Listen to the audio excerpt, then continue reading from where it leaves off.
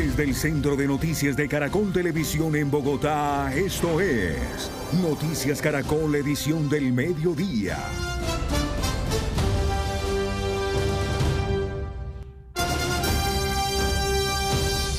Buenas tardes, bienvenidos a nuestra emisión de Noticias del Mediodía. El Gobierno Nacional expidió un decreto con el que busca implementar la primera política pública para proteger a los niños, a las niñas y a los adolescentes de los riesgos que hay en Internet.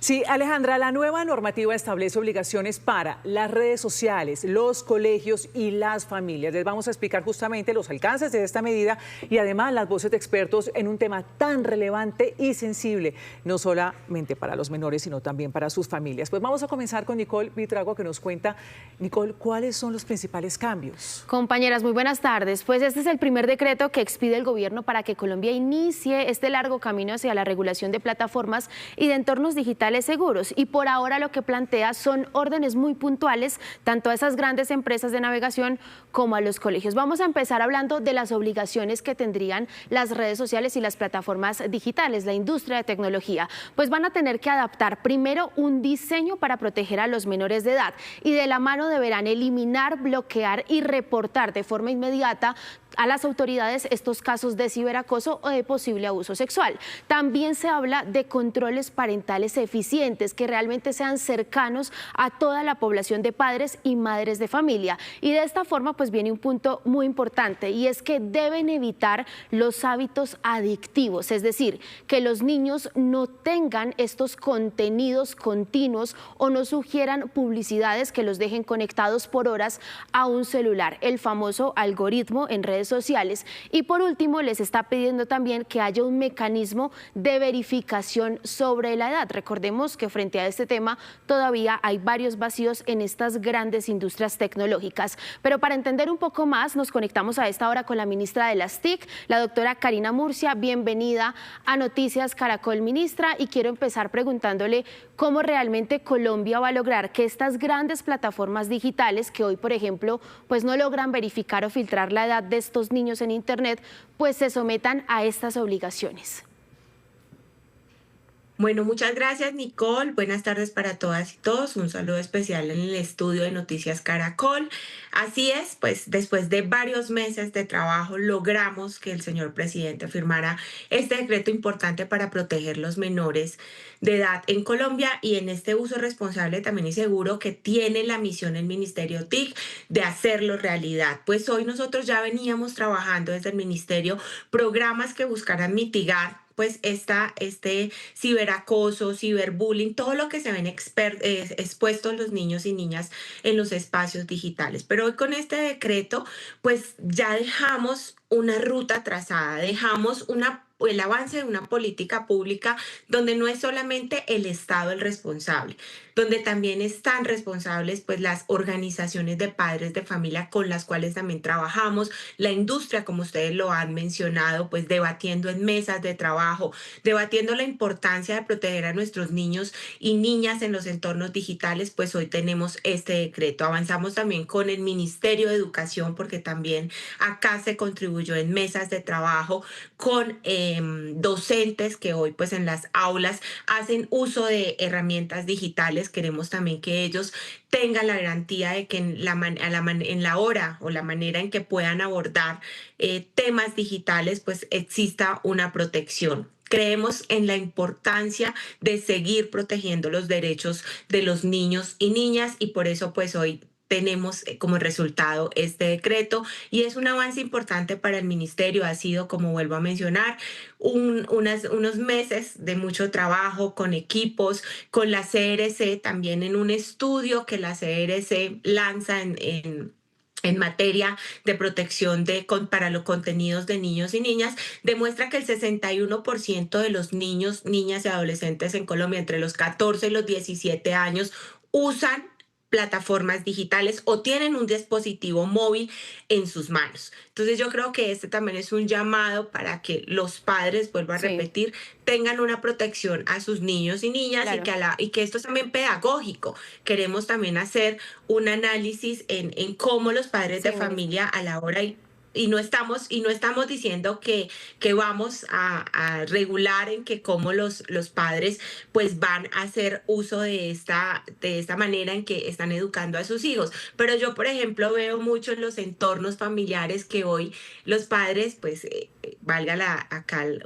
aclarar coloquialmente, pues, tienen la manera de que sus hijos se distraigan a través de las plataformas digitales. Claro, Pero ministra, cuando le hablamos quiero preguntar puntualmente sobre cómo se va a implementar. Los padres han conocido este primer decreto y hoy se preguntan qué obligación va a tener esa red social o esa plataforma para proteger a mi hijo. ¿Cómo en la práctica se va a hacer?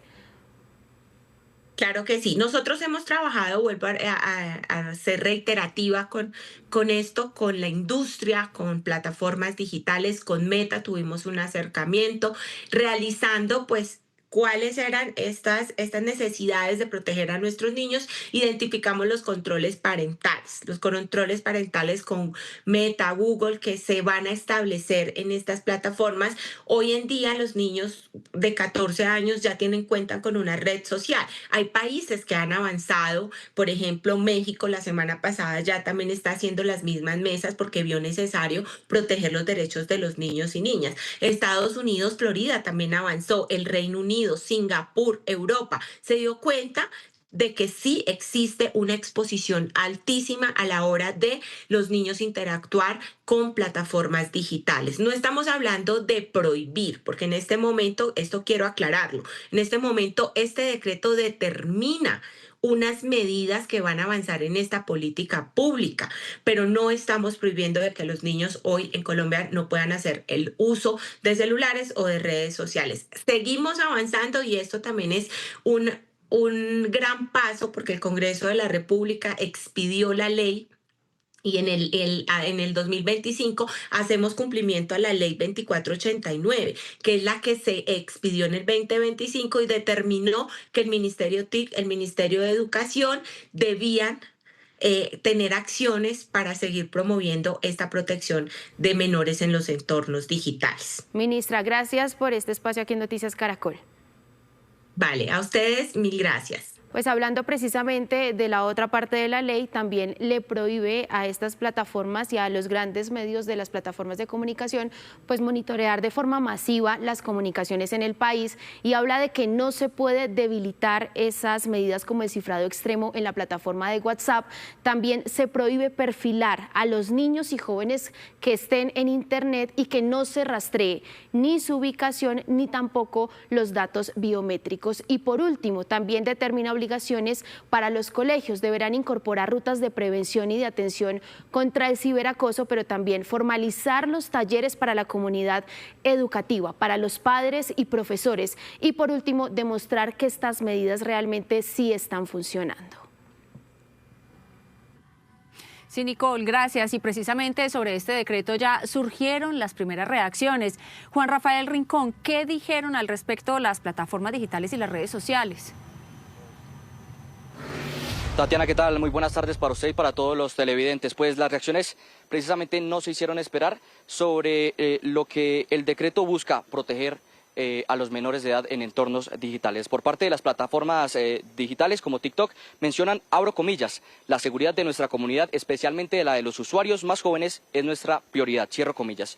Asimismo, desde Google Colombia expresaron que no se van a referir al tema, pero que van a cumplir las leyes las leyes y las regulaciones en cada uno de los países en donde opere la compañía. Por otro lado, la organización de Red Papás, que trabaja muy bien por promover el uso seguro de Internet en menores de edad, mostró cierta preocupación sobre cómo será la implementación y los vacíos que tiene este decreto. Hay muchas cosas que debemos trabajar en hacerlo, sobre todo lo que más nos preocupa es el cómo hacerlo exigible a las empresas que ya tradicionalmente sabemos y hemos visto por muchos ejemplos que no hacen caso o hacen todo lo posible para no hacer caso a la reglamentación en Colombia. No tienen, en este caso, han ignorado la ley de protección de datos personales que lleva el país, han ignorado muchas de las solicitudes que tiene la sociedad civil y la verdad es que no sabemos cómo el ministerio va a hacer, y en conjunto con las instituciones del Estado, va a hacer que esas empresas se sientan responsables de las cosas que tienen que hacer, porque en este momento somos claros de que los entornos digitales no son sanos ni seguros para niñas y niños adolescentes. Finalmente, Francisco Cajiao, él es experto en educación, aplaude y respalda el decreto que mencionamos. Además, dice que en Colombia hay un gran rezago en esta normativa y en cuanto al uso de dispositivos y de Internet en menores de edad en entornos educativos. Esto fue lo que dijo. Estamos lejos de estar a la vanguardia porque se trata de una inquietud y desde el punto de vista de la inquietud me parece que es correcta. Todavía estamos muy crudos para entender bien cómo manejar una situación que no es suficiente prohibir. Yo creo que allí los colegios tienen una función enorme que no solamente es la de prohibir, sino la de formar. Formar, y no es fácil. Para formar hay que aprender a manosear, digámoslo así, la tecnología, entender que los chicos desde pronto entiendan sus potencialidades y sus límites. Los expertos y organizaciones coinciden en que la implementación de estas medidas debe tener una corresponsabilidad entre familias, instituciones educativas, gubernamentales y las redes sociales. Gracias, Juan. Pues a propósito de este tema queremos profundizar con Julián de Zuviría, educador y fundador del Instituto Alberto Merani, pues porque aquí hay mucho por conversar, señor Zuviría. De entrada y con las buenas tardes, ¿usted cree que este decreto del gobierno es suficiente para proteger a los menores en entornos digitales? Nos decía hace un instante Nicole, dentro de esas medidas que se tomarán, por ejemplo, controles parentales eficientes, evitar hábitos adictivos. Pues esto en el papel suena muy interesante, pero cuando hablamos de implementación... Adelante, bienvenido. Bueno, muy buenos días, muy cordial saludo. En realidad hay que felicitar al gobierno. Por primera vez en Colombia se toma una medida que va orientado a proteger a los niños en un entorno que hoy es el más peligroso para ellos, que está lleno de pedófilos, estafadores. Ahora, como explica muy bien en las entrevistas, una cosa es la idea, el espíritu está muy bueno. Yo aplaudo y felicito al ministro de Educación y a la ministra de TIC. Sin embargo, hay que entender que las plataformas tienen mucho poder y no se dejan controlar. Y con un decreto no van a cambiar. Voy a dar 3 ejemplos muy precisos. Permitieron el anonimato. Se puede controlar una red cuando los que entran allí entran con capucha. No se puede. 2, ellas dicen que no son responsables de lo que pasa. Si yo monto un restaurante y todos se enferman, pues yo asumo una responsabilidad. Las plataformas dicen que no, que la responsabilidad es de los usuarios. Por lo tanto, va a ser muy difícil meterlas en cintura. Ellos, y lo dicen abiertamente, no se van a dejar controlar. Por lo tanto, apenas dimos el primer paso. Muy bueno, pero el primero. Señor de Zuviría, entonces es un primer gran paso. ¿Con qué debería articularse este primer gran paso para avanzar hacia la protección de los niños, niñas y adolescentes de los riesgos que hay en Internet? Tiene que haber un acuerdo nacional. Está sacando el gobierno un decreto muy importante. Yo le hago sinceramente una pregunta al Parlamento. El Parlamento en Colombia ha estado a favor de las tecnológicas y en contra de los derechos de los niños. ¿Y por qué lo puedo afirmar? Todas las leyes de salud mental que se han planteado en Colombia han sido saboteadas por las grandes plataformas que han realizado 3.000 operaciones de lobby para que no las puedan controlar. Hasta que no se quitan medidas o decretos como esta, las plataformas han bloqueado. ¿Y cómo? Con acuerdos que hacen con los parlamentarios. El Parlamento colombiano tiene que avalar. Ese es un clarísimo acuerdo. Y le hago también una pregunta al próximo gobierno. El próximo gobierno, ¿de qué lado se va a poner? de las plataformas tecnológicas o del cuidado y la salud mental de los niños, porque es que ya sabemos, el acceso a plataformas, el acceso a pantallas, a videojuegos, deterioró la salud mental, deterioró el nivel de sueño, deterioró la ansiedad. Hoy los jóvenes son más ansiosos, viven más tristes. Entonces la pregunta es, ¿con quién vamos a estar? ¿Defendiendo el interés de las plataformas o protegiendo a los niños? Sí, señor de Zuviría, rápidamente, porque usted ya habló de la responsabilidad de las plataformas, del Parlamento, pero tenemos que irnos hacia otro lado, que son los padres de familia, donde seguramente también hay muchos compromisos y responsabilidades. Muchos padres también sienten que perdieron el control. Tal vez, ¿qué es lo que se debe hacer allí? ¿Cuál es ese error más frecuente que estamos cometiendo a la hora de entregar un celular a nuestros hijos? Para cerrar. Darle un celular a un menor de 14 años, dice la psiquiatra española Marian Rojas, es como darle a un alcohólico un bar. ¿Puede el alcohólico controlar? No. ¿Puede el padre controlar, el joven controlar? No. ¿Qué deben hacer los padres? Uno, aplazar la entrega del celular hasta después de los 14. Dos, prohibirlo en la mesa y muy especialmente en los cuartos. Tres, ser un buen ejemplo para sus hijos. Cuatro, hacer ayuno. Esta semana no vamos a usar, hoy solo hasta las 3 de la tarde, hacer ayunos temporales. ¿Por qué? Porque es que esto es adictivo. Y quinto, ¿qué más deben hacer? Dejen a sus hijos jugar, porque si los padres los encierran en la casa y no los dejan salir a la calle, inevitablemente los niños van a terminar adictos a pantallas, videojuegos y redes. 5 herramientas muy valiosas. A esta hora nos las entrega el señor Julián de Zuviría, educador y fundador del Instituto Alberto Merani. Muchas gracias, señor Julián, y una feliz tarde.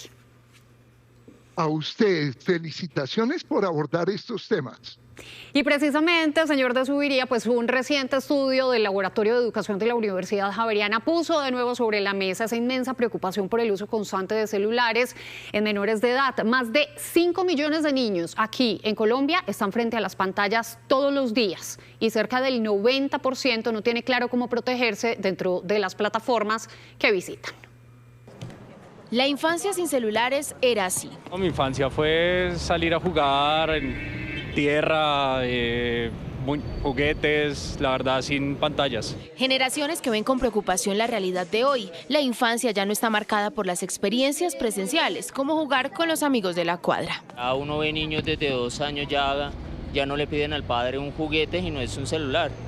Y los ve uno ya muy metidos en eso y ya ellos no juegan, no se recrean, no disfrutan. No. Terrible, lo usan todo el tiempo y los papás para tenerlos quietos se los dan. Y se meten en unas páginas que de verdad, ahora solamente es tecnología. Mi nieto de 6 años maneja ese celular al derecho y al revés. Yo no sé, a mí me cuesta la tecnología, pero ese niño se mete, antes me dice, ven, yo te enseño. La tecnología ha ganado terreno y hoy hace parte del minuto a minuto de millones de niños, niñas y adolescentes en el mundo. Puntualmente en Colombia, cerca de 11 millones de menores de edad usan Internet, pero a diferencia de años anteriores, el 88%, es decir, más de 7.5 millones de niños, navegan desde sus casas y no desde el colegio. 5 millones de ellos usan su celular todos los días, así lo reveló un estudio de la Universidad Javeriana. Realmente donde sucede más la conexión es en la casa. El 92% de los que contestaron se conecta desde casa. Y ahí lo que no se sabe es para qué lo están usando. Bueno, ese tiempo desplaza actividades muy importantes que van desde el sueño, el ejercicio, la interacción que se puede tener con la familia, con los amigos, también tiempo de estudio. Y ya desde la psicología, desde la pedagogía, han determinado que esto está correlacionado también con problemas de atención. Cerca del 30% de esta población infantil entre los 5 y 17 años de edad en Colombia pasan más de 3 horas continuas conectados a un celular, situación que ha empezado a generar diagnósticos médicos relacionados con la salud mental de los menores y su forma de convivir. Afectaciones a nivel emocional, pues mucha irritabilidad, mucha angustia, sobre todo cuando se suspende. La dificultad en la socialización es una cosa que notamos con mucha preocupación, es que a los niños ya se les dificulta de pronto la interacción con otros pares física, o sea, de cara a cara. Preocupa aún más el panorama cuando detrás de ese uso permanente de celulares no hay controles eficaces. Si bien es cierto, hay que limitar. No solamente es a esta población, y si nosotros todo el tiempo estamos conectados, es muy poco considerado también pedirle a un niño o un adolescente que no se conecte cuando nosotros a veces ni siquiera los podemos mirar, porque nosotros también estamos ocupados en estas redes, ¿no? Entonces, lo importante acá sí creo que es educarnos desde todos los ambientes y desde todas las edades. No solamente pedir que los niños y adolescentes no utilicen redes, sino que nosotros mismos también tomar esos espacios exclusivos para estar con ellos. Realmente hay que hacer no solamente más seguimiento y regulación, pero también enseñarles, porque no siempre vamos a estar ahí para ver lo que están viendo o para decidir por ellos. Entonces, enseñarle muy críticamente cuando un contenido es apropiado, cuando no, cuando me estoy excediendo, por ejemplo, en el uso, que aprendan a autorregularse. Los académicos insisten en que así como hay un espacio en la vida para conectarnos, exista uno para informar, capacitar y establecer reglas claras sobre la vida en medio de la era digital. ¿Y qué piensan los jóvenes de estas nuevas medidas? Pues salimos a las calles para escuchar sus opiniones sobre la regulación del uso de las plataformas digitales. Aquí está. Esta es la imagen cada vez más frecuente entre miles de jóvenes en nuestro país. Con la mirada fija en el celular, navegando por internet y conectados a las redes sociales. Ellos reaccionaron al nuevo decreto que busca proteger a niños, niñas y adolescentes de los riesgos en internet. Yo soy estudiante de Derecho y siempre nos han dicho que la ley va detrás de la realidad social y las necesidades sociales. Entonces, esto es un ejemplo de también cómo los legisladores se interesan por la realidad social y las necesidades de que seguramente hace 2 décadas no se pensaban. Me parece genial. Sin duda alguna es algo necesario. Países como Reino Unido y Australia sé que ya están empezando a implementar este tipo de decretos, restringiendo a los niños menores de 16 años el uso de redes sociales. Y sin duda alguna es algo que necesita el país. Sé que somos un país con muchos problemas, pero sin duda alguna los niños y los más vulnerables son los que necesitamos cuidar en este tipo de cosas. Ellos mismos reconocen los peligros que pueden esconderse en las redes sociales. Hoy en día, gracias a las redes sociales, estamos muy expuestos, más que todo nosotros los jóvenes, porque somos los que más consumimos este tipo de contenido, ¿no? Estamos muy expuestos a personas mayores que quieran aprovecharse de eso. Pero sí conozco mucha gente que además de pronto recibir acoso y que se sientan acosados en redes sociales, muchos casos de extorsión. También sé mucha gente que sí, lo que decía, que quiere hacer el mal y que en realidad busca las redes sociales para aprovecharse de la gente y sacarles dinero o, no sé, cosas personales más que todo. Y plantean otras soluciones, además del decreto. Sin duda alguna, la mejor sugerencia que puedo dar es el tema de la educación para los colegios y para las universidades. Este es un tema a tratar, este es un tema vital y de vital importancia, sobre todo en el periodo de vida que estamos viviendo, en la época que estamos. Y para los jóvenes, sean quien son de verdad, no se dejen tildar ni marcar en grupos sociales ni temas que están popularizando por el mundo, no. Nunca perder la realidad de quién tú eres es lo más importante, no importa qué. Gran parte está en la educación que dan los padres y en el fundamento que dan algunos valores, honestidad, respeto, transparencia con los demás, entender y sobre todo la empatía. Las voces de los jóvenes también se suman a este debate que plantea nuevas responsabilidades para las plataformas, los colegios y las familias. Un paso hacia el reconocimiento del derecho de los niños y adolescentes a navegar en internet en entornos seguros con garantías para su privacidad, desarrollo y bienestar. El Parlamento francés aprobó la prohibición de redes sociales a menores de 15 años, el primer país de la Unión Europea en hacerlo. El pionero en el mundo fue Australia en el año 2025, pero ¿qué tan efectiva es esta medida? Aquí les contamos. Australia fue el primer país del mundo en prohibir las redes sociales a menores de 16 años. Un camino que han querido seguir otros países como Reino Unido, con la restricción a menores de 16, y Francia a menores de 15. Ambos han logrado aprobar la ley en sus respectivos parlamentos. Ahora el reto mayor es implementarla y que funcionen los sistemas de verificación de edad.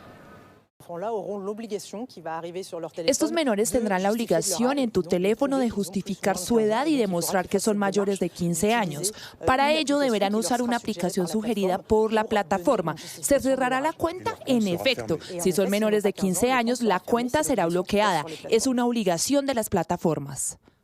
La norma tiene varios desafíos. En Australia, aunque millones de cuentas fueron bloqueadas inicialmente, estudios recientes indican que el impacto ha sido mínimo, ya que la gran mayoría de adolescentes sigue usando las plataformas mediante el uso de VPNs o eludiendo los controles de edad.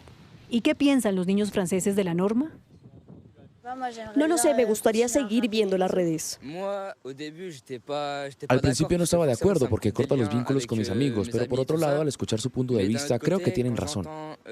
Pero en Francia la ley no se limita solo al uso de las redes sociales. Dentro del texto aprobado también se incluyen los dispositivos, es decir, la prohibición total de teléfonos celulares en las escuelas secundarias, extendiendo una restricción que ya operaba en primaria.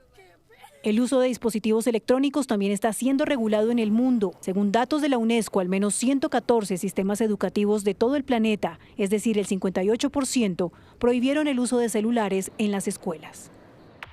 Noticia en desarrollo en Noticias Caracol. 12:57 minutos. Se agudiza la crisis por las altas temperaturas en varias regiones del país. La falta de agua, por ejemplo, en Santa Marta, enciende las alertas. Según el más reciente reporte de las autoridades, se estima que por lo menos 32 barrios no cuentan de manera permanente con agua potable. En la capital de Magdalena no llueve desde marzo. Vamos a abordar este panorama también desde Río Hacha con Joner Alvarado, Barranquilla con Argemiro Pion y desde Medellín con Mariana Rodríguez. Pero arranco con usted, mi querido Winton de Farías, para que nos cuente qué está pasando en su ciudad. Buenas tardes. Hola, ¿qué tal? Buenas tardes. Así es bastante caótica la situación que se registra en la capital del Magdalena. En este momento me encuentro en un barrio muy popular, se llama el barrio Juan 23. Esta es la situación donde la misma comunidad está pidiendo agua potable, teniendo en cuenta la gran cantidad de recipientes que han tenido que sacar. Ellos dicen que tienen 28 días sin recibir una gota de agua en cada una de sus albercas. Y lo que es peor es que también incluso terminan pagando su servicio de agua potable. Mi señora, ¿su nombre y su apellido? Mi nombre es María Margarita Villa. Nosotros venimos presentando esta problemática desde hace muchísimos años.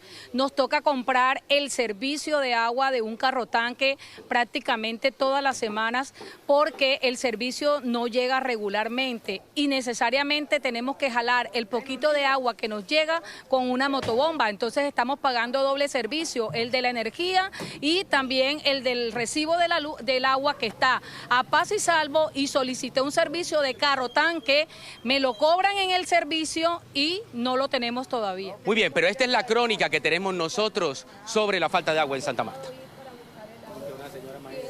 Esta imagen de un ciudadano buscando agua en una carreta se ha vuelto habitual en los barrios del norte y oriente de Santa Marta.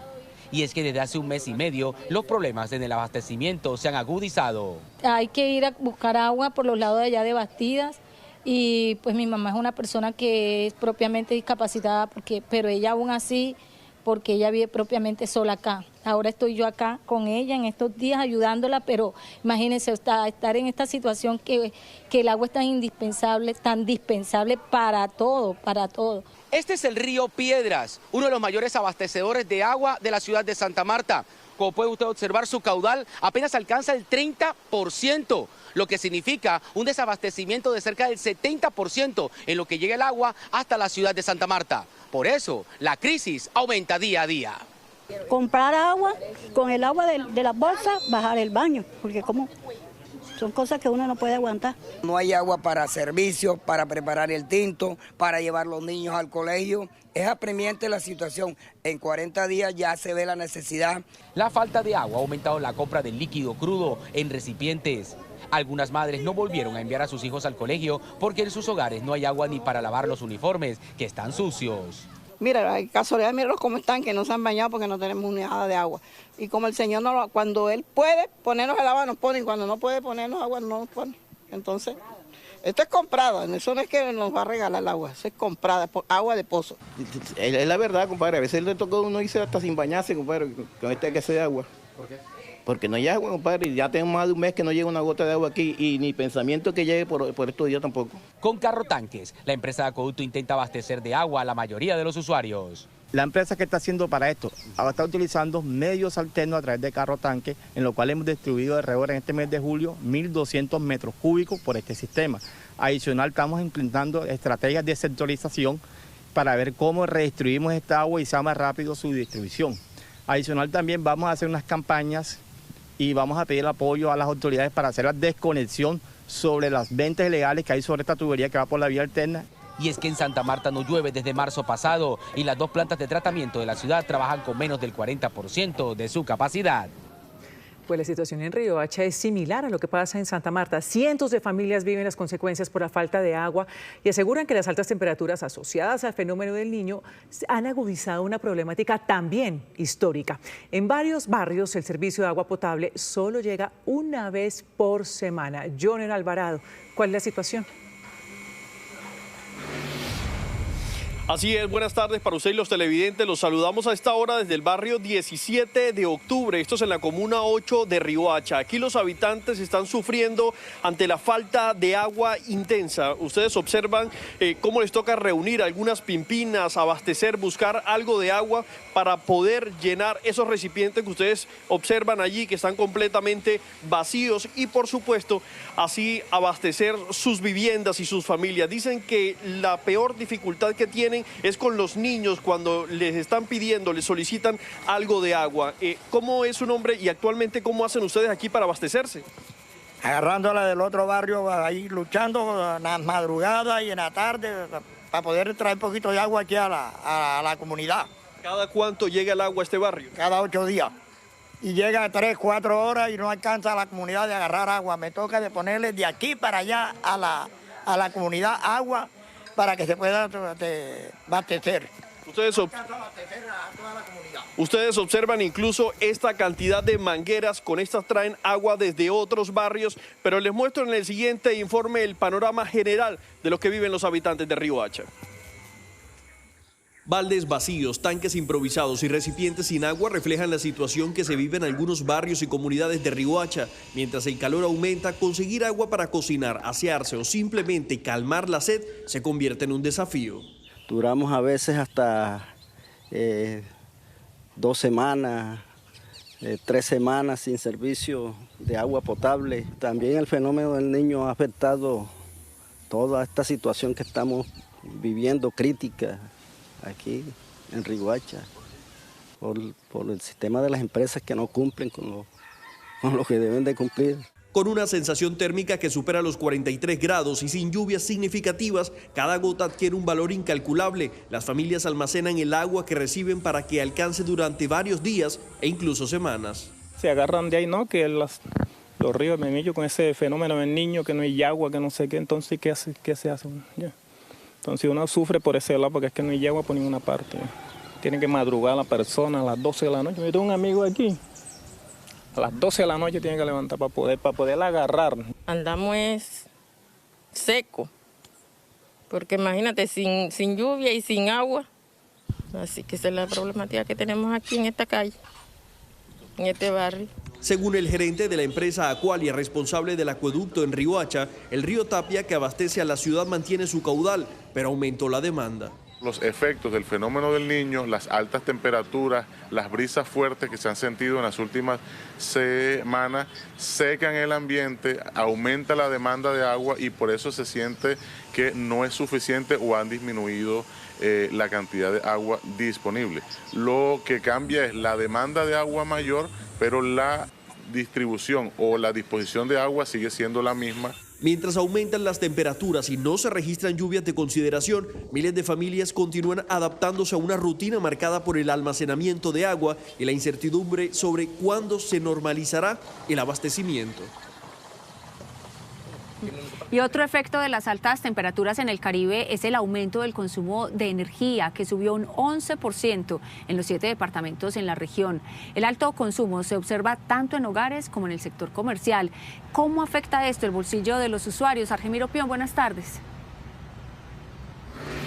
Tatiana, buenas tardes. Mire, hicimos un recorrido esta mañana por diferentes zonas de la ciudad, dialogamos con comerciantes, con otro tipo de usuarios del servicio de energía y nos dicen que les ha aumentado el costo de la facturación, pero son conscientes que están utilizando por más tiempo los aires acondicionados, los equipos de refrigeración, esto para tratar de mitigar un poco los efectos de las olas de intenso calor. Mire, en estos momentos se registra una sensación térmica aquí en Barranquilla de 36 grados, pero hay días que ha llegado hasta los 40 grados. Carlos Arrieta tiene una tienda en el norte de Barranquilla y dice que en los últimos meses se le ha incrementado el valor en el servicio de energía. Uno no se puede dar lujo de apagar una nevera como antes, que uno apagaba una nevera y otra la prendía. Ahora nada, el producto se enfría, se calienta muy rápido. Antes uno pagaba por lo menos 2.200.000, ahora son 3 millones y pico. O sea, prácticamente el doble se ha subido el costo de la energía con tanta ola de calor que ha hecho. La empresa Aire reporta que en Atlántico, La Guajira y Magdalena se disparó la demanda de energía en un 11%. En los hogares aumentó el uso de aires acondicionados y equipos de refrigeración ante las olas de calor ocasionadas por las temperaturas extremas. En esta temporada necesitamos aún más tu compromiso con mantener el consumo de energía en unos niveles que no se afecte la red. El aire en 16 no es solución, el aire en 23 sí es solución. Las ventanas abiertas, que el aire circule, todo eso generará mejores condiciones de cara a este gran fenómeno del Niño que nos está afectando a todos.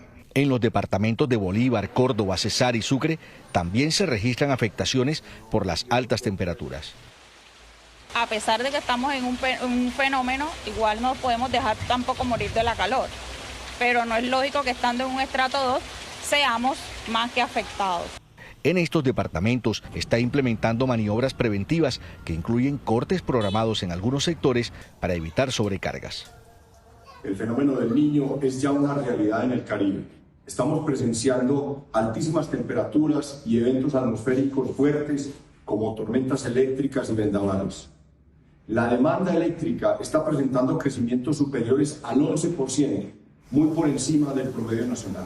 Estamos presentando una situación extrema en la red de sobrecargas que afectan los activos de toda la infraestructura eléctrica. Solicitamos a toda la comunidad la mayor conciencia e uso racional en el servicio de energía eléctrica. Las autoridades ambientales también hicieron un llamado para evitar el desperdicio de agua. La Corporación Regional Autónoma del Atlántico informó que durante los próximos meses se mantendrá el aumento en las temperaturas y la disminución de las lluvias. Es el panorama en el Caribe y entre tanto en ciudades como Medellín las autoridades de gestión del riesgo emitieron una alerta por las altas temperaturas previas al fenómeno del Niño que se viene registrando en la ciudad. También reiteraron el llamado al cuidado del agua, fundamental. Mariana Rodríguez, ¿qué efectos se observan por las altas temperaturas aquí en la capital de Antioquia? Buenas tardes. Tatiana, televidentes, buenas tardes. Efectos que justamente se están evidenciando en los ecosistemas de la capital del departamento de Antioquia. Y es que en las últimas 2 semanas en Medellín se han alcanzado temperaturas máximas e históricas de 40 grados centígrados en materia de sensación térmica. Altas temperaturas que están ocasionando principalmente 2 cosas. La primera, el aumento de incendios forestales o mejor su propagación en zonas boscosas y áreas protegidas de la ciudad de Medellín, pero también de otro lado, la disminución del cauce de las fuentes hídricas que son justamente las que abastecen a toda la capital antioqueña. Por eso hoy el llamado de las autoridades es a ser corresponsables y a ser cuidadosos con el medio ambiente, pero también con recursos tan importantes como es el agua. La gran mayoría de estos incendios ocurren de manera voluntaria o involuntaria por intervención del hombre. Es por eso que si salimos a nuestros bosques, recojamos nuestra basura, no dejemos ningún elemento de vidrio que puede ocasionar lupa y posteriormente ocasionar un incendio. el ahorro del agua en las actividades domésticas, desde el enjuague de la boca, lavado de dientes, el baño, disminuir el tiempo en el que se abre la llave y estamos bañándonos. Hay que tomar duchas más cortas. Por ejemplo, siendo la 1 de la tarde 10 minutos, en este momento Medellín registra una sensación térmica de 27 grados centígrados. Y cierro con un dato, y es que en los últimos 2 meses se han atendido 97 incendios forestales en la ciudad de Medellín. 12 de ellos han sido en los 7 cerros tutelares que se encuentran en la ciudad de Medellín. Alejandra. Mariana, muchísimas gracias por su reporte. 1 de la tarde, 11 minutos. Entre tanto, hay preocupación por el anuncio del presidente Gustavo Petro de declarar situación de desastre nacional por el fenómeno del Niño y destinar 4 billones de pesos para su ejecución inmediata en el marco de esta medida. Así fue el anuncio del presidente Gustavo Petro durante el Consejo Extraordinario de la Unidad de Gestión de Riesgo, en el que declaró desastre nacional para atender los efectos por el fenómeno del Niño. He pedido que los 4 billones de pesos que el Ministerio de Hacienda en vigencias futuras no colocó para el programa Colombia Solar, que es para mí esencial para mitigar los efectos del Niño en términos de energía eléctrica, se lleven a la UNGRD. Frente a este anuncio, David Tamayo, nombrado por el presidente electo como nuevo director de la Unidad Nacional de Gestión de Riesgo, anunció que hoy tendrá una cumbre virtual con el presidente Abelardo de la Espriella para estudiar medidas frente a este anuncio del que dice no tiene fundamento ni jurídico ni técnico. Hoy, en declaraciones a Caracol Radio, hizo varios cuestionamientos. Cuando los criterios para hacer ese tipo de inversiones obedecen simplemente a criterios políticos y, perdónenme, hasta politiqueros, pues primero ya se le hizo la solicitud por parte de nuestro vicepresidente, por parte de nuestro presidente electo a la actual Administración Nacional de que se abstengan de hacer ese tipo de contratación, de que se abstengan de hacer ese tipo de inversiones, y la respuesta simplemente fue contundente y lacónica. Nosotros mandamos hasta el 7 de agosto. Pero hay más anuncios. El presidente ordenó otro traslado de dinero para garantizar el suministro de agua potable. Todo lo que podamos recoger, el billón de pesos que está en el fondo de adaptación, se traslada por orden presidencial a la emergencia. Transparencia por Colombia encendió las alarmas por esta decisión. Solamente es un monto bastante significativo que se suma a los cerca de 3.4 billones que el gobierno ya ha comprometido en contratos en 3 semanas. En medio de la polémica, David Tamayo, nuevo director de la Unidad Nacional de Gestión de Riesgo, asegura que el Sistema Nacional de Riesgo fue destruido en los últimos 4 años y recuperarlo será su prioridad. Precisamente sobre este tema, la Contraloría ya puso la lupa en la aprobación de la Declaratoria de Desastre Nacional y en el uso de los 4 billones de pesos destinados a atender los efectos del fenómeno del Niño. Luisa Fernández, ¿qué dice el ente de control? Ana Milena, 3 preocupaciones y una duda. La primera preocupación: ¿a qué proyectos, siendo estos recursos, esos 4 billones ya asignados al presupuesto general de este año, a qué proyectos se le van a quitar estos recursos para poder asignarnos a la atención del fenómeno del Niño?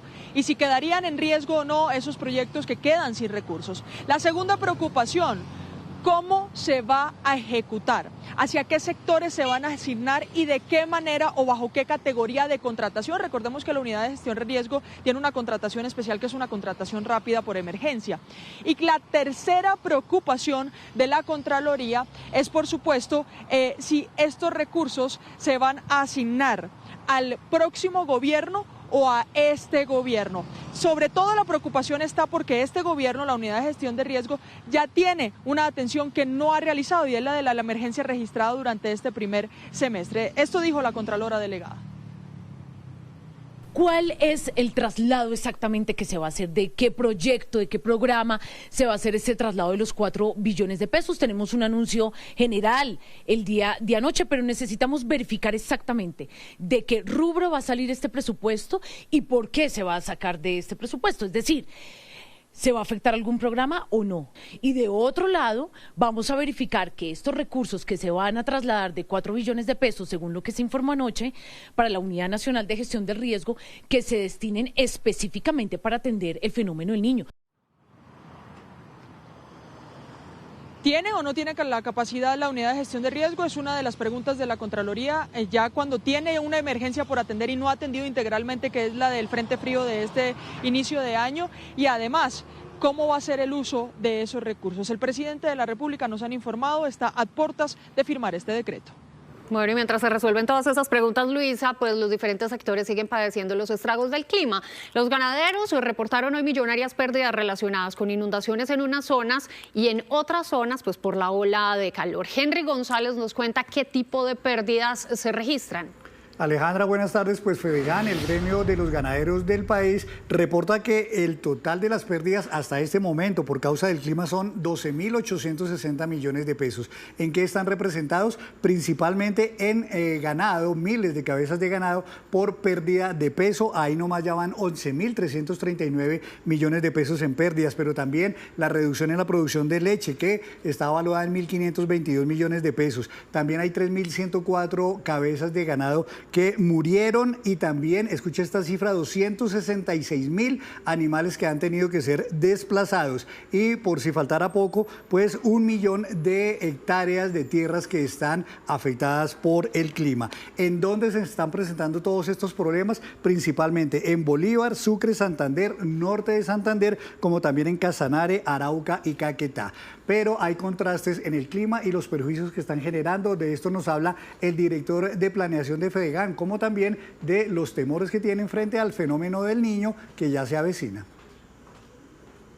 Mientras que en Orinoquía, como Arauca y Casanare, se han presentado fuertes inundaciones y desbordamientos de ríos, en la costa caribe se presenta una sequía prolongada muy fuerte. Si el fenómeno del Niño tiene su temporada más fuerte en los meses de septiembre y octubre, las pérdidas sin duda se incrementarán, y de allí la importancia de la coordinación con el gobierno nacional para tener planes de acción que mitiguen este fenómeno.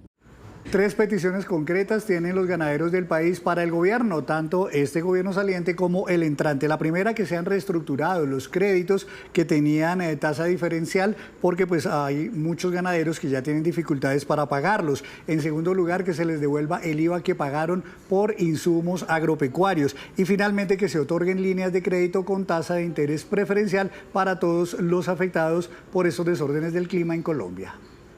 Henry, frente a este panorama, lo cierto es que el país se enfrenta a una semana de contrastes en el clima. Mientras el IDEAM prevé lluvias intensas en varias regiones, otras siguen en alerta por incendios. Además, el fenómeno del Niño podría intensificarse entre octubre y noviembre. Katrina Melgisovsky, usted está en el IDEAM. ¿Qué dicen los pronósticos? Ana Milena, buenas tardes. Efectivamente, como usted dice, mientras el IDEAM prevé el fortalecimiento del fenómeno del Niño para finales de este año, para esta semana se prevén lluvias generalizadas en gran parte del país, especialmente para el día hoy miércoles y mañana jueves, pero también se mantienen alertas por incendios forestales y temperaturas récord y olas de calor en gran parte del país. Yo me encuentro con la coronel Diana Carolina Rueda, que es la subdirectora de alertas y pronósticos aquí en el IDEAM. Cuéntenos un poco dónde se prevén las mayores lluvias en gran parte del país. Claro que sí, en estos momentos tenemos una condición de incremento de precipitaciones sobre la región Orinoquía, algunos sectores de la región amazónica que tienen en alerta por lluvias fuertes y incremento de algunos ríos sobre estos sectores del país. Esperamos que en los próximos días esta tendencia se mantenga por lo menos por 5 o 6 días más. Desde la Subdirección de Meteorología hacemos este monitoreo y lo publicamos desde nuestros boletines. Cuéntenos ahora el otro extremo, y es un poco el lado del calor y los incendios forestales. Tenemos acá este mapa de temperaturas máximas nacionales. Cuéntenos un poco dónde se prevén las mayores temperaturas e incendios forestales. Claro, en estos momentos el país tiene unos incrementos de temperatura significativos, de alguna forma está reflejado en la variedad climática que tenemos. Algunos sectores de las regiones Caribe y centrales en los valles interandinos tienen unas condiciones de temperaturas incrementadas en los últimos días. Esta tendencia puede variar, está asociada con una transición entre las variedades y las temporadas climatológicas. Esperamos algunos incrementos y a largo plazo, estoy hablando de más de 6 a 8 meses, influenciado por el impacto del fenómeno del Niño, pueden incrementarse temperaturas, junto con ello algunas alertas por incendios forestales en las regiones andina, pacífica y Caribe. Recordemos entonces que según lo que dice el IDEAM, el país se encuentra en varios contrastes climáticos y también enfrentamos varios fenómenos en este momento. Advierten que aunque esta semana se prevean lluvias en gran parte del país, hay una probabilidad del 81% de que se fortalezca el fenómeno del Niño entre noviembre y diciembre de este año y podría convertirse en uno de los más fuertes desde 1950. Contrastes y no solo en el país, Katrina, gracias. El clima del planeta sigue mostrando su cara más extrema. Mientras el sur de Europa arde en llamas, el hemisferio sur en América y Asia Central sufre inundaciones devastadoras, dejando miles de personas damnificadas. Europa hoy vive bajo el humo de los incendios. Las temperaturas extremas que enfrenta el continente, producto de las múltiples olas de calor del año, crearon el ecosistema perfecto para la rápida expansión de los incendios. En España, más de 32.000 hectáreas de bosque han quedado calcinadas. Cientos de bomberos luchan incansablemente por aire y tierra para controlar los múltiples focos que han obligado a evacuar cerca de 34 pueblos. Hoy comenzaron a controlar las llamas, sin embargo, las autoridades piden estar alerta. El jueves van a ser también un día muy duro y se prevén rachas de viento muy complicadas. Mientras tanto, en Francia, más de 1.200 bomberos, exhaustos, buscan controlar un incendio que avanza con rapidez en el sur del país. Más de 400 personas fueron puestas a salvo de la conflagración. El incendio es producto de las altas temperaturas que, según las autoridades, dejan más de 21.000 muertos en el país. Y aunque no todas se atribuyen a la ola de calor, la mayoría se registraron en los días cuando los termómetros rompieron récords históricos.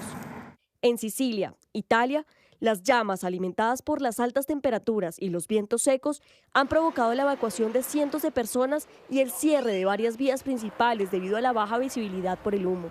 La otra cara de los cambios extremos en el estado del tiempo están en países como Chile, donde se registran más de 13 muertes producto de las inundaciones que han dejado cerca de 3.400 damnificados y más de 60.000 aislados, por lo que el presidente José Antonio Kast ha tomado medidas para llegar cuanto antes a las zonas afectadas. Hoy día la urgencia, la emergencia nos convoca a todos. Tenemos un solo norte, que es salvar vidas. En Afganistán, en Asia, el panorama también es de emergencia. Unas inundaciones repentinas causadas por las fuertes lluvias arrasaron un pueblo entero, dejando por lo menos 23 muertos, entre ellos el alcalde. La corriente de la creciente se llevó casas, negocios, carros y personas. Los equipos de búsqueda y rescate escarban entre el lodo y los escombros en busca de las más de 100 personas desaparecidas. Hay una bebida que hace parte de la rutina diaria de millones de personas en el mundo, el café. ¿Cuántas tazas al día son saludables para nuestro corazón? Doctora Fernanda, usted con la respuesta del $1.000.000. Tomen nota. Muy buenas tardes para todos. Pues cada vez más la ciencia desmonta mitos sobre el consumo de café y nos demuestra que es un verdadero aliado de nuestra salud cardiovascular. Por supuesto, importan la dosis, con que se acompaña, la hora, el metabolismo, entre muchos otros factores. Esta vez es una importante revista científica y la Asociación Americana del Corazón que afirman que consumir hasta 5 tazas de café al día es seguro y se asocia con menor riesgo de padecer problemas cardiovasculares, incluidas la insuficiencia cardíaca, la diabetes, incluso la trombosis o derrame cerebral. ¿Usted qué tanto café consume al día? Fascina y me tomo 3 mousse de café al día. Dios mío, yo me tomo como por lo menos unas 7 desde por la mañana hasta que me acuesto. 5 tazas al día, 5 tazas. Pues atentos, porque la Asociación Americana del Corazón acaba de realizar una publicación científica en la que indica que consumir 400 miligramos de cafeína por día, equivalentes a 5 tazas de 230 mililitros de café diarios, en general, es seguro para la mayoría de adultos.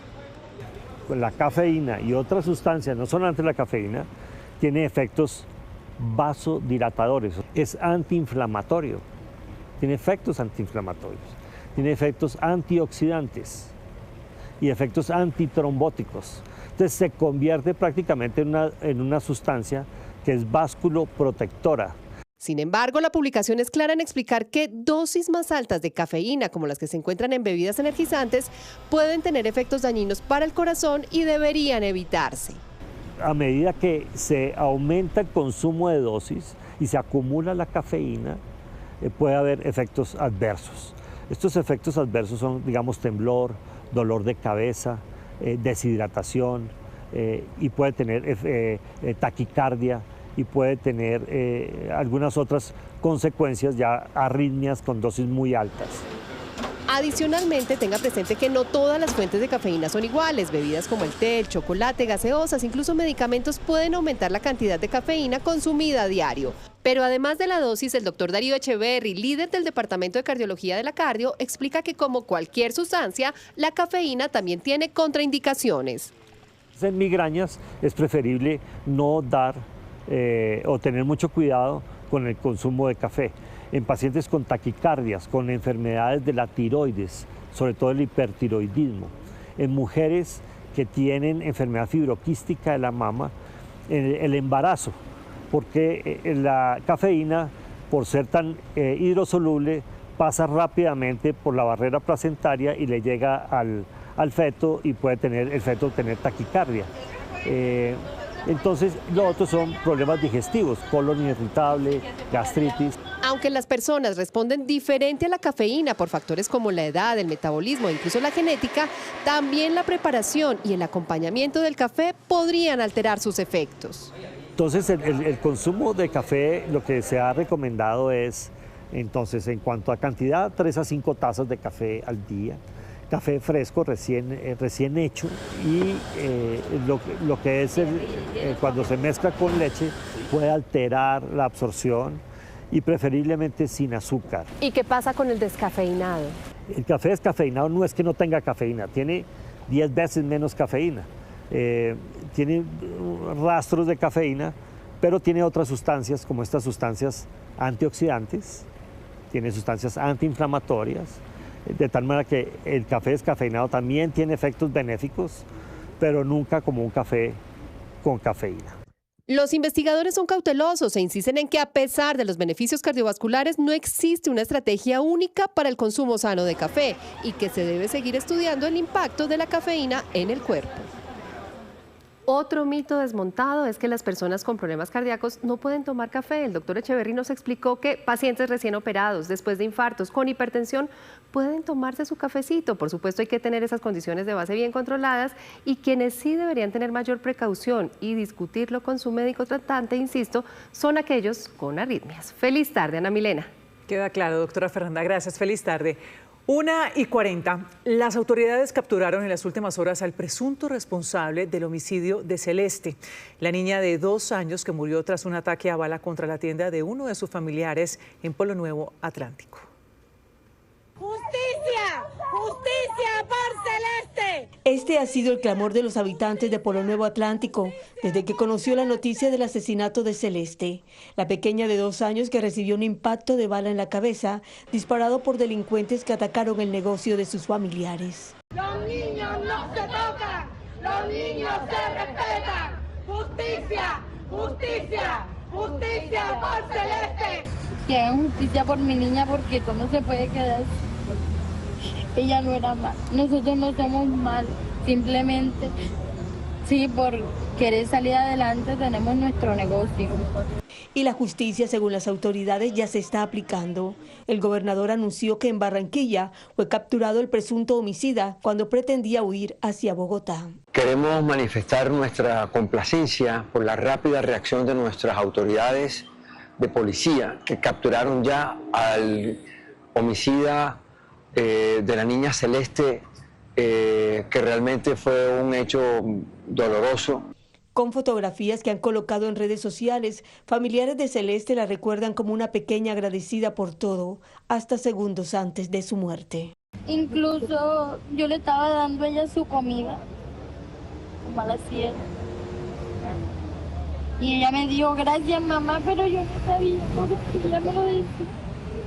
Ella me abrazó y me dijo, gracias mamá. El detenido será presentado en las próximas horas ante un juez que legalizará su captura. 1:42. Hoy se conocieron nuevos detalles de la estrategia de la elección del presidente del Congreso, Honorio Enríquez. Precisamente el director del Centro Democrático se pronunció en las últimas horas. La estrategia del Centro Democrático para elegir a Honorio Enríquez como presidente del Senado funcionó. Varios legisladores nos contaron que durante la instalación de las sesiones acordaron no hacer manifestaciones públicas contra el gobierno del presidente Petro, al punto que durante el discurso del mandatario saliente, la bancada del Centro Democrático se mantuvo sentada, escuchando y sin arengas ni interrupciones. De hecho, el mismo presidente del partido, Gabriel Vallejo, hizo esta declaración pública hoy. La bancada de los 47 congresistas del Partido Centro Democrático acordó que quien iba a intervenir el pasado 20 de julio sería el senador Andrés Forero. Asimismo, se estableció que la intervención sería una intervención con respeto, franca y con contundencia con relación a las discrepancias que nosotros tenemos frente al gobierno del presidente Gustavo Petro. Sumado a la estrategia del Centro Democrático, Iván Cepeda confirmó que el propio presidente Petro avaló la votación de su bancada por Honorio Enríquez. Esa decisión obviamente se conversó en la reunión con el presidente y efectivamente ahí están los resultados. Hemos tomado una decisión, la hemos cumplido. Con este telón de fondo de las cuentas para elegir al presidente del Congreso, hoy el uribismo reiteró que son partido de gobierno, pero indicaron en esta publicación su preocupación por la intervención del gobierno para la escogencia de la presidencia del Senado. No, nosotros no hemos cambiado nuestra postura y no hay grietas. Nuestra postura de habernos declarado partido de gobierno continúa exactamente igual y vamos a empezar a trabajar esta agenda legislativa en cabeza de Honorio Enríquez, deseándole lo mejor al gobierno y sobre todo al país. Acá tenemos que buscar solucionar los problemas de todos los colombianos y creo que hay que dejar atrás lo que ha pasado, dejar el amarillismo, vamos para adelante. Colombia requiere que los líderes de este país, como el presidente Abelardo, nuestro presidente del Senado, nuestro partido en cabeza el presidente Uribe, mire hacia adelante para solucionar todos los problemas. Otro apoyo que llegó a Abelardo de la Espriella en las últimas horas fue el de 11 de los 16 representantes que conforman las curules de paz, que a través de este comunicado aseguran que su respaldo es libre, autónomo e independiente. Anuncio con mucho orgullo el acompañamiento decidido a la construcción de la Patria Milagro. De esa Patria Milagro que nos va a devolver la seguridad y la tranquilidad a nuestros territorios, que han sido los territorios más afectados por la violencia, pero también los más olvidados por todos los gobiernos. Esperamos que el gobierno de Abelardo de la Espriella llegue con inversiones reales que le den dignidad a nuestra gente. La paz no se construye únicamente silenciando fusiles. La declaratoria llegó por sorpresa, pues durante la campaña Abelardo de la Espriella fue crítico en varios aspectos del acuerdo de paz de 2016. Así que estas personas que han sido elegidas por estas curules han traicionado a sus electores y por lo tanto, creo yo, pueden ser objeto pues de cualquier acción de carácter jurídico y político, cosa que habrá que examinar en el desarrollo de los próximos meses como actúen en el Congreso. El presidente del Senado, Honorio Enríquez, aseguró en este trino su intención de reunirse con el presidente electo Abelardo de la Espriella, el expresidente Álvaro Uribe y el presidente Gustavo Petro para abordar temas de interés nacional. 1:46, vamos ahora a revisar cómo quedaron compuestas las mesas directivas de Senado y de Cámara. María Camila Roa, usted tiene todos los detalles. Ana Milena, buenas tardes. Y vamos a ver las caras del poder legislativo en Colombia, pero antes les explico rápidamente la importancia de las mesas directivas. Tanto en Cámara como en Senado están compuestas por un presidente y 2 vicepresidentes. Las minorías tienen participación en las primeras vicepresidencias y en la segunda queda un partido de oposición para ejercer ese contrapeso. Las mesas directivas son fundamentales porque fijan la agenda del día, convocan las sesiones y determinan el orden de discusión de los proyectos. Ya entonces con esta base vamos a ponerle cara al asunto y empezamos con la mesa directiva del Senado. Esta es conformada el 20 de julio y en su cabeza, en la presidencia, está entonces Honorio Enríquez del Centro Democrático. Explicábamos entonces los apoyos y también las gestiones que está haciendo para conversaciones. En el primer vicepresidente es Manuel Virgolán Mayagüez del partido Mira. Sigue en la segunda vicepresidencia Alejandro Campo, él es del Centro Democrático, del Pacto Histórico, es de oposición al gobierno entrante, y también está el secretario general Diego González, que tiene una labor muy importante. Vamos ahora a revisar la mesa directiva de la Cámara de Representantes. Está en la cabeza el conservador David Barguil. Sigue en la primera vicepresidencia Simón Molina, y que recordemos fue el lapsus con Simón Bolívar, casi me da a mí también. Y en la segunda vicepresidencia de la Cámara está el Pacto Histórico nuevamente, que es Eric Velasco. En la secretaría de esta mesa directiva está el liberal Allí Hubo Cambio, que es Miguel Ángel Sánchez. Estas mesas directivas deben ser renovadas cada 20 de julio y ninguno de ellos puede repetir en el cuatrenio.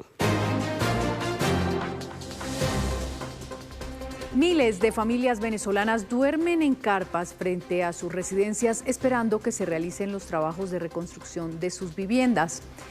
Beatriz Adrián visitó hoy uno de los edificios residenciales afectados del centro de Caracas y nos cuenta cómo es el día a día de estas personas sin servicios públicos esenciales. Beatriz, buenas tardes.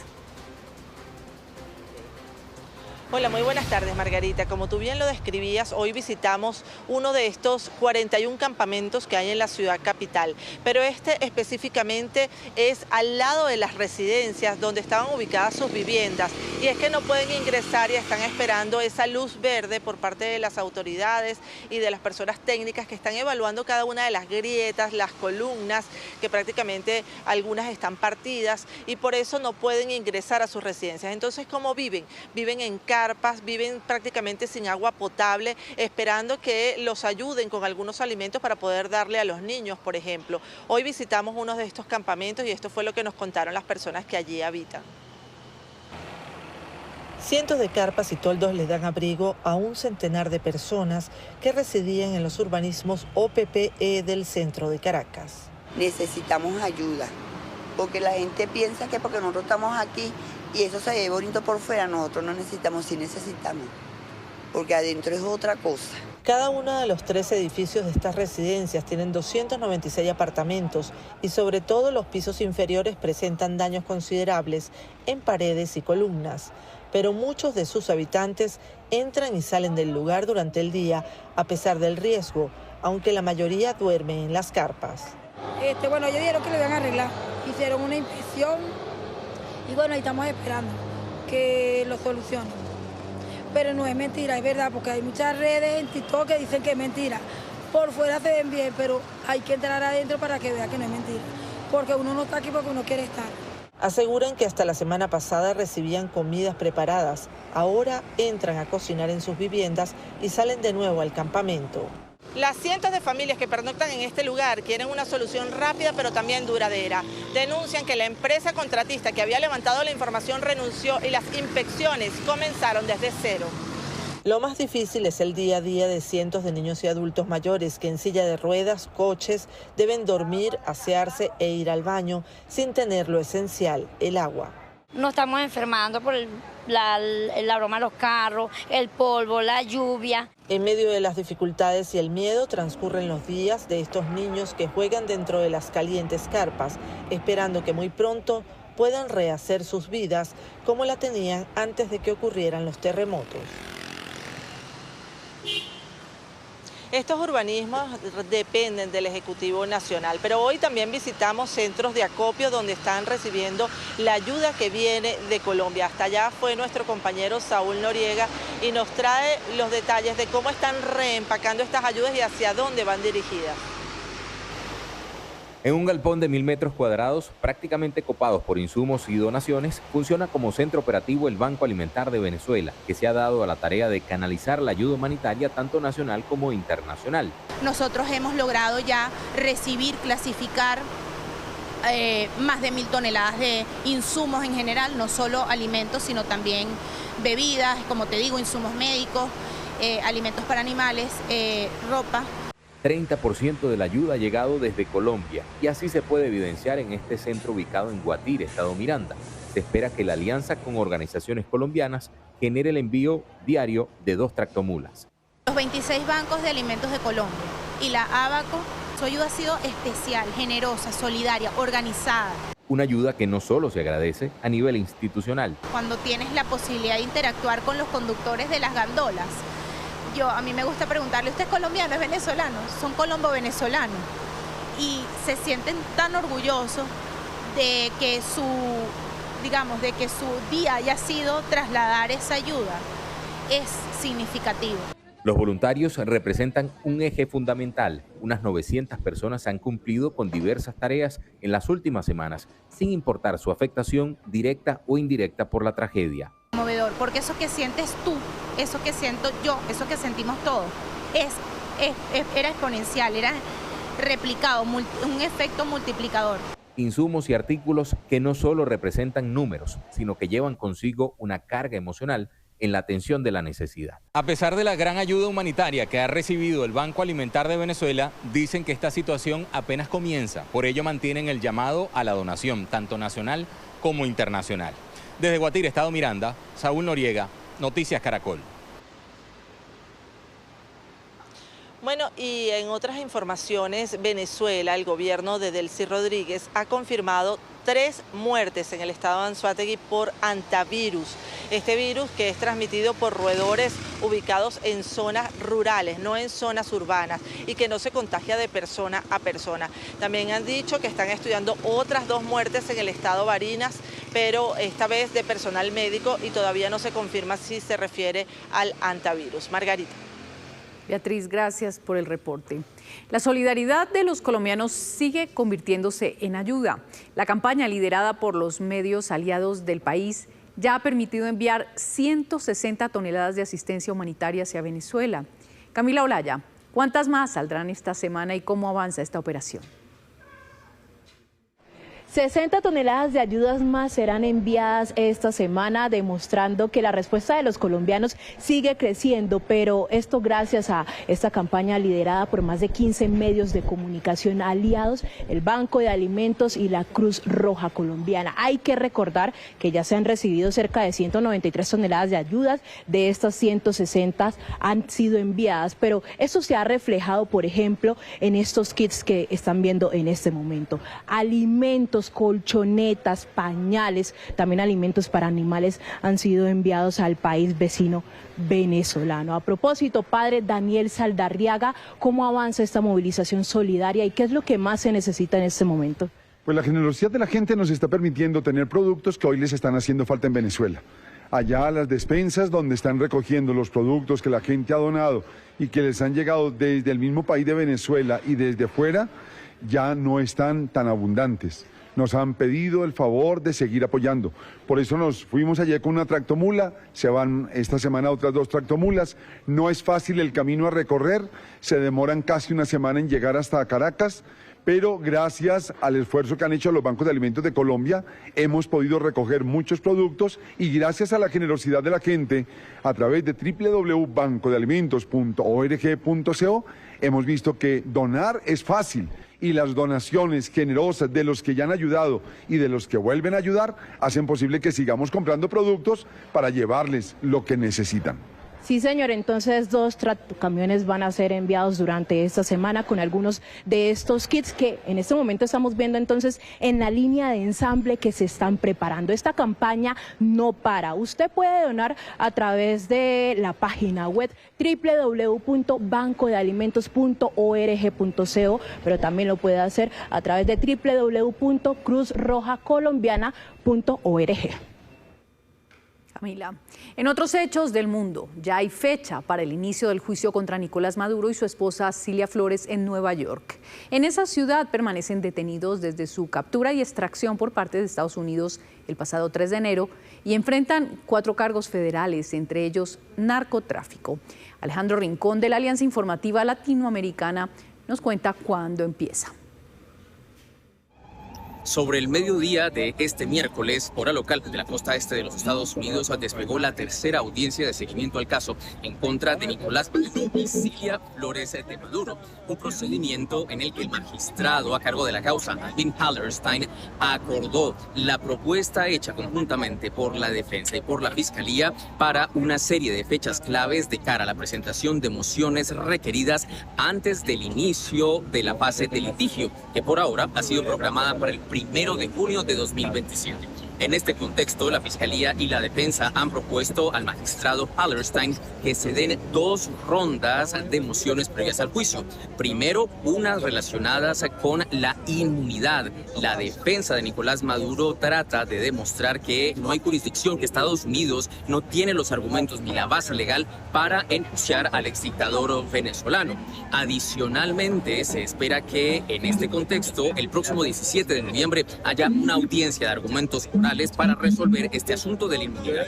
Posteriormente, en mayo de 2027, se resolverán las mociones alrededor del material probatorio que empiece a aportar el gobierno a la defensa. Y si estas 2 rondas de mociones se resuelven en los tiempos previstos, pues es la razón por la cual se programa el inicio del juicio para el próximo 1 de junio de 2027. Desde Nueva York, en los Estados Unidos, informó Alejandro Rincón para la Alianza Informativa Latinoamericana.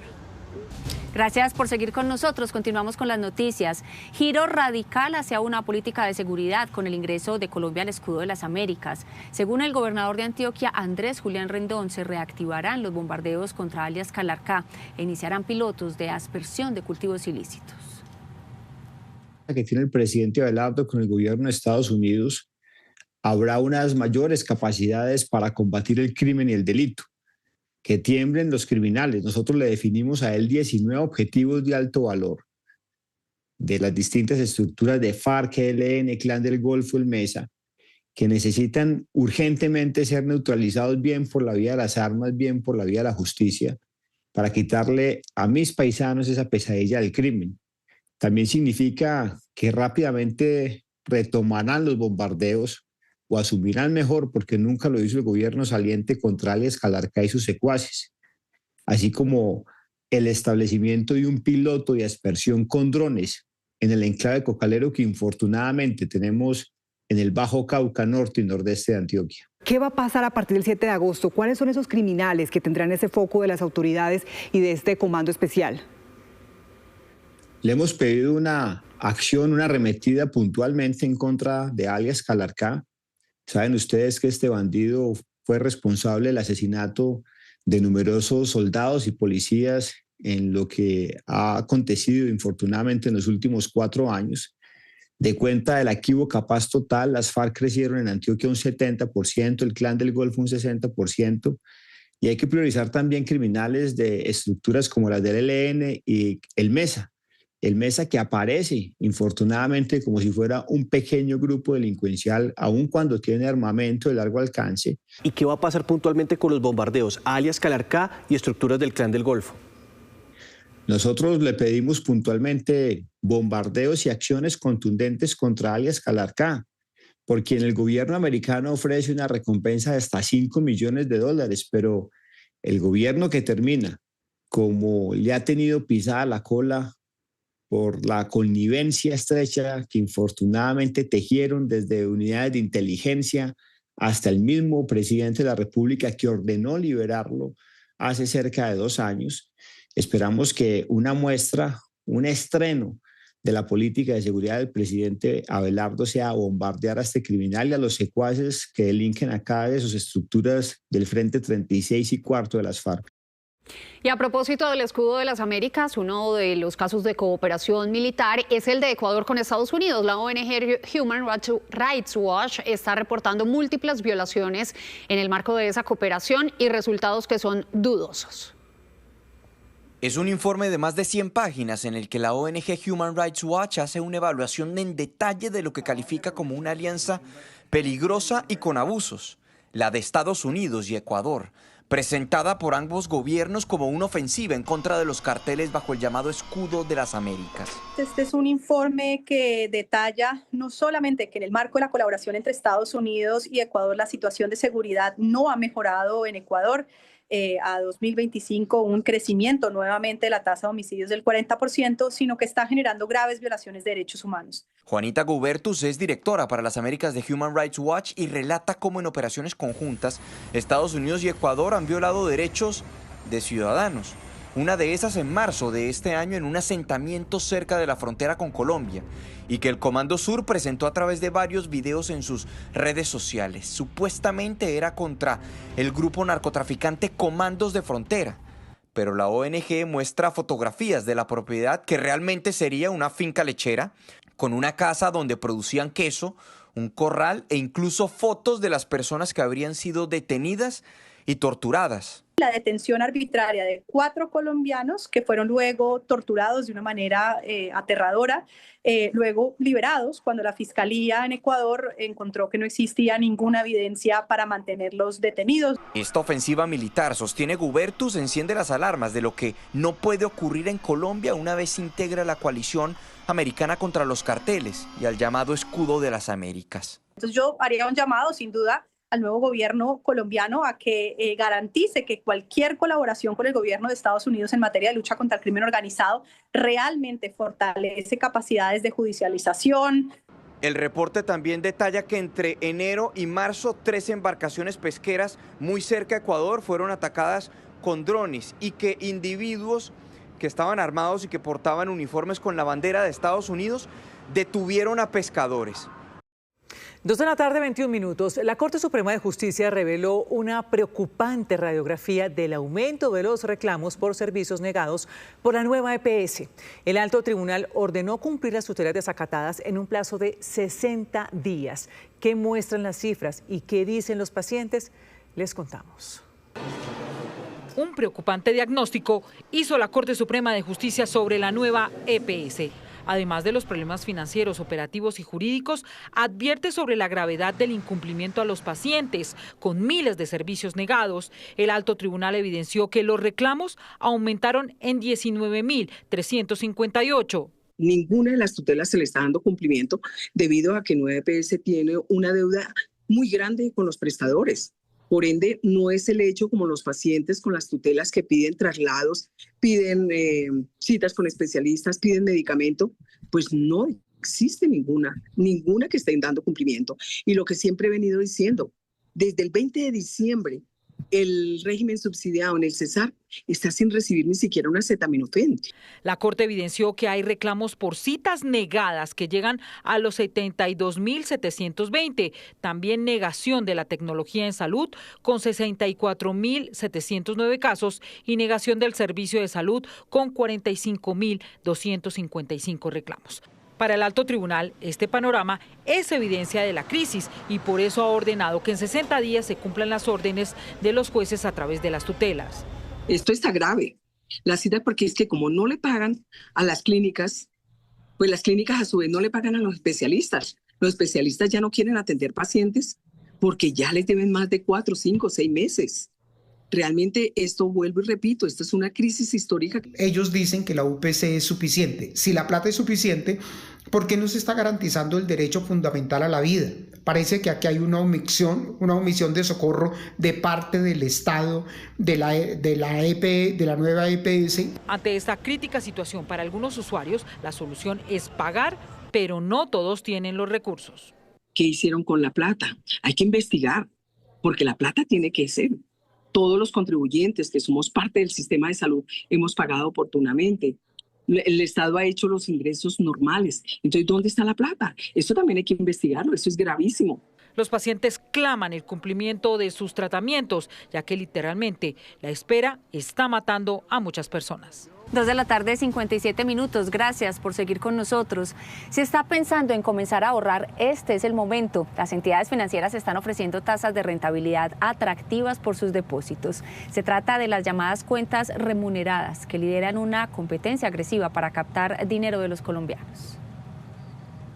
Como cuando se riega una planta y esta florece, así funcionan las cuentas de alto rendimiento, que hacen que su dinero ahorrado dé mejores frutos. Rentabilidad pues a largo plazo es muy buena, porque pues si uno realmente día a día no utiliza el dinero, pues uno lo puede dejar ahí quieto. Estas cuentas, muchas de las cuales tienen bolsillos, cajitas, bóvedas o cualquier otro nombre, apuntan a lo mismo. Son una mejor opción que dejar la plata debajo del colchón y le brindan tasas de interés cada vez más atractivas por dejar allí depositados sus ahorros. Es un muy buen momento en el corto plazo para que nosotros colombianos estemos aprovechando esa dinámica de subida de tasas. Lo primero es que estas cuentas de alto rendimiento se crean digitalmente a través de la APP de su banco tradicional o digital. Entre las bondades que ofrecen, empezar a ahorrar desde cualquier monto y le permiten retirar su dinero cuando lo necesita. Actualmente unas están ofreciendo desde el 9% de rendimiento, mientras que otras llegan hasta el 12,5% en rentabilidad para los más comprometidos con su ahorro. Depende del monto que yo deje en los bolsillos, podemos tener hasta el 12,5% efectivo anual, que es una tasa buena, muy buena, si uno tiene en cuenta que la tasa del Banco de la República está alrededor del 12%. Esa rentabilidad del 9,8% efectiva anual aplica desde el primer peso y desde el primer día, sin condiciones. Y así los usuarios pueden ver crecer su dinero todos los días porque la rentabilidad, así sea efectiva anual, se va depositando en la cuenta de los colombianos todos los días. Ahorrar desde un peso y hasta el tope que el cliente quiera. La segunda de ellas es que no cobramos por transferencias y tampoco cobramos cuotas de manejo asociadas al producto. De esta forma, usted no solamente protege su dinero contra los efectos de la inflación, sino que gana un rendimiento real y efectivo por sus ahorros. Y un reconocido y exitoso empresario colombiano se suma a la junta directiva de OpenAI, la empresa creadora de ChatGPT. Daliana Garzón, de Negocios Ditu, nos explica qué representa este nombramiento. Daliana. Alejandra, ¿qué tal? Buenas tardes. El gigante de la inteligencia artificial OpenAI anunció la incorporación del empresario colombiano David Vélez como miembro de su junta directiva. Este movimiento se da en un momento que es clave para la compañía, cuya valoración alcanza los 850.000 millones de dólares, impulsada por el crecimiento masivo de ChatGPT, que hoy supera los 1.000 millones de usuarios activos. Vélez llega a la cúpula de la tecnológica aportando la experiencia acumulada al frente de Nubank, consolidado hoy como el banco digital más grande del mundo occidental. La entidad supera los 130 millones de usuarios y alcanza también una valoración cercana a los 80.000 millones de dólares en los mercados financieros. De esta manera, OpenAI consolida una junta directiva que combina esa infraestructura financiera global con la escalabilidad tecnológica masiva y también esa disrupción digital que aporta el colombiano, enviando un mensaje directo a todos los mercados antes de su debut en la bolsa. Así que estos temas y otras noticias empresariales y económicas acá a las 3:30 de la tarde en Negocios y los esperamos a todos. Y aportará mucho más. Gracias, Daliana. 3 en punto. A esta hora en Montería avanza el empalme territorial del presidente electo Abelardo Vélez Prella. Johan Díaz, ¿qué detalles se conocen de este encuentro? Hola Ana Milena, buenas tardes. Acaba de terminar la primera parte de este encuentro aquí en la ciudad de Montería entre los 30 alcaldes del departamento de Córdoba, el gobernador también con el presidente electo Abelardo Vélez Prella. Ha escuchado el presidente a los alcaldes acerca de importantes inversiones en materia social que necesitan ser impulsados por el presidente Abelardo Vélez Prella a partir del 7 de agosto que se posesione. Ha dicho también el presidente Abelardo Vélez Prella y ha mandado un mensaje al grupo armado Clan del Golfo que tiene 17 días para someterse a la justicia porque lo va a combatir con todo el peso de la ley. Esto dijo el presidente electo aquí en el empalme territorial. Le he dicho al señor gobernador y a los señores alcaldes, tengo una preocupación principal. A pesar de todos los problemas de seguridad, el tema de salud, tal, mi preocupación mayor son los pobres. Y hacia allá tiene que estar dirigida la acción del Estado. Esta va a ser una presidencia encaminada a lo social. Mano dura contra el crimen y protección para los más desvalidos de la sociedad. Porque necesitamos darle a los pobres condiciones para que puedan materializar sus sueños. De eso se trata la Patria Milagro, de que lo que parecía imposible se haga una realidad. Ciudadanía, gremios comerciales y empresariales le han expresado a los alcaldes que le digan al presidente electo Abelardo Vélez Prella que es necesario impulsar proyectos importantes que traigan al desarrollo al departamento de Córdoba. Pero ¿qué dicen exactamente esos sectores menos favorecidos de la capital cordobesa? A continuación se los presentamos. En barrios y urbanizaciones de Montería, las facturas del servicio de energía se dispararon de un mes a otro, sin que las familias entendieran por qué. Con apenas unos electrodomésticos en casa, los recibos se volvieron impagables. Yo vivo en urbanización Villa Melisa. Antes pagaba 70, 80, ahora me viene el recibo por 170, 180, 160. Yo lo que tengo son 2 abanicos y una nevera. Las organizaciones de usuarios advierten que en toda la región Caribe hay un servicio deficiente y aún así con uno de los costos más altos del país. Toda la región Caribe y en particular el departamento de Córdoba pues continúa con una mala prestación del servicio público de energía eléctrica, pero con un costo unitario de prestación del servicio demasiado alto para la calidad del servicio como se presta. Y esta es la gran paradoja. Córdoba genera energía para todo el país con GESELCA y URRA, 2 empresas públicas del Estado, pero eso no se refleja en el bolsillo de los cordobeses. Esta planta que ven aquí genera energía gracias al carbón del sur del departamento de Córdoba. Genera más de 400 megas para todo el país y adicional a ello es una empresa 100% pública manejada por el gobierno nacional. De nada le sirve a Córdoba tener a GESELCA, tener a URRA, que es la generadora hidroeléctrica del departamento, tener estas 2 empresas públicas generando energía en nuestro departamento y que hoy los costeños y los cordobeses paguemos las más altas tarifas de energía. Al otro lado de la balanza está una herida que no cierra, la emergencia por el frente frío. Aunque cesaron las lluvias, la calamidad continúa y los recursos para la recuperación aún no llegan al territorio. A través de la emergencia económica, el presidente puede acelerar la transferencia de recursos. Recordemos que son 2.7 billones de pesos, lo que en su momento necesitaba el departamento para su recuperación. Son más de 8.700 unidades productivas afectadas, en la cual hoy día están requiriendo más de 86.000 millones de pesos en capital de trabajo.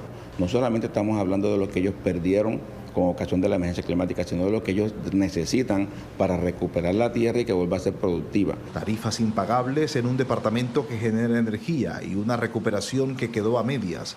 Estos son los 2 pendientes que el gobierno saliente deja sobre la mesa y que Córdoba espera que el nuevo presidente por fin los impulse. Ha terminado la declaración del presidente electo Abelardo de la Espriella. Ha anunciado la creación del Centro Administrativo del Agro aquí en el municipio de Cereté y también empiezan los estudios de viabilidad del tren de cercanías entre Montería y Cereté. Entre tanto, ahorita en la tarde continúan las mesas de trabajo con la gerencia de regiones del nuevo presidente de la República. El Senado discute la proposición que pretende avalar la posesión del presidente electo Abelardo de la Espriella en el departamento del Cauca. Juan David Ríos, ¿cómo está el ambiente? ¿Qué han dicho los legisladores sobre esta posibilidad? Pues Ana Milena, mire, estamos hablando de una discusión que ya lleva cerca de 3 horas aquí en el Senado de la República, el nuevo Senado ya con todos los senadores posesionados, y por supuesto está esta proposición de salvación nacional en el que buscan que el presidente electo Abelardo de la Espriella se posesione, ojo, en el departamento del Cauca. No, en la proposición no dice que sea en una guarnición militar. Sin embargo, esa ha sido la discusión entre los congresistas, tanto de gobierno como de la oposición, en dónde debería posesionarse Abelardo de la Espriella. Incluso algunos congresistas del Centro Democrático están de acuerdo que no debería posesionarse en una guarnición militar. Aquí tenemos algunas de esas reacciones. No en una guarnición militar. Nosotros tenemos que preservar la institucionalidad democrática y el efecto simbólico. Y en el ejercicio simbólico, el mensaje que se envía de un presidente que se posesiona frente a los militares es absoluta y completamente equivocada. Y qué bonito rendir ese honor, ese homenaje, exaltar a nuestros héroes de la patria. Y yo les digo, entonces, ¿qué es el 20 de julio? ¿El 20 de julio es un acto político? No. Mire, la discusión continúa aquí en el Senado de la República, en donde también ha tocado el tema de los gastos. ¿Cuánto costaría el traslado de todo el Congreso en pleno para el departamento del Cauca y realizar esta posesión? Y recuerden que si de acá se llega a aprobar, también tiene que aprobarse en Cámara de Representantes. Continúa, por supuesto, esta discusión en el Senado de la República. 3 de la tarde, 30 minutos. A ustedes gracias por su sintonía. A las 7 de la noche los esperamos en una nueva edición informativa. Mientras tanto, pueden seguir conectados con nosotros a través de nuestras plataformas digitales. En el canal Caracol ya viene Tormenta de Pasiones. Esto es Noticias Caracol. Primero la gente. Chao.